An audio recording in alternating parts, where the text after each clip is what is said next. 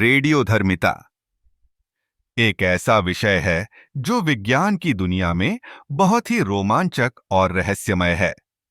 जब हम रेडियोधर्मिता की बात करते हैं तो हमें समझना होगा कि यह एक प्राकृतिक प्रक्रिया है जिसमें अस्थिर परमाणु अपने आप को स्थिर बनाने के लिए ऊर्जा और कणों को उत्सर्जित करते हैं। यह प्रक्रिया इतनी शक्तिशाली होती है कि इसके परिणाम स्वरूप हमें विकिरण मिलता है। रेडियोधर्मिता के तीन मुख्य प्रकार हैं: अल्फा, बीटा और गामा विकिरण। अल्फा कण, जो 2 प्रोटॉन और 2 न्यूट्रॉन से मिलकर बने होते हैं, सबसे भारी होते हैं और इन्हें कागज से भी रोका जा सकता है। दूसरी ओर बीटा कण हल्के होते हैं और इन्हें धातु की एक पतली परत से रोका जा सकता है। गामा विकिरण, जो कि एक प्रकार की ऊर्जा तरंग होती है, सबसे अधिक शक्तिशाली होती है और इसे रोकने के लिए भारी सामग्री की आवश्यकता होती है, जैसे कि सीसा या कंक्रीट। रेडियोधर्मिता का उपयोग न केवल विज्ञान में, बल्कि चिकित्सा, ऊर्जा उत्पादन और यहां तक कि पुरातत्व में भी किया जाता है। चिकित्सा में हम इसे कैंसर के इलाज के लिए उपयोग करते हैं, जहां विकिरण का उपयोग ट्यूमर को नष्ट करने के लिए किया जाता है।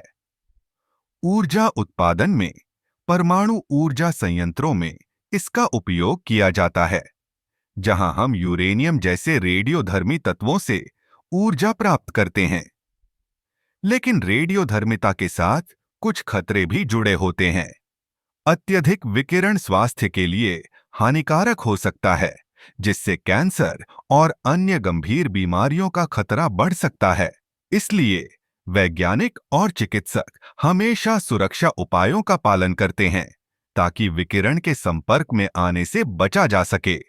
रेडियोधर्मिता का एक और दिलचस्प पहलू यह है कि यह समय के साथ घटता है। इसे आधिक्य जीवन कहा जाता है, जो यह बताता है कि किसी रेडियोधर्मी तत्व का आधा हिस्सा कितने समय में विघटित हो जाएगा। उदाहरण के लिए, कार्बन 14 का आधिक्य जीवन लगभग 530 वर्ष है, जो इसे पुरातात्विक अध्ययन के लिए एक महत्वपूर्ण उपकरण बनाता है। इस प्रकार रेडियोधर्मिता न केवल एक वैज्ञानिक अवधारणा है, बल्कि यह हमारे जीवन के कई पहलुओं को प्रभावित करती है। चाहे वह चिकित्सा हो, ऊर्जा हो या विज्ञान, रेडियोधर्मिता का महत्व कभी कम नहीं होता। यह हमें यह भी सिखाता है कि प्रकृति में कितनी शक्ति और रहस्य छिपे हुए हैं।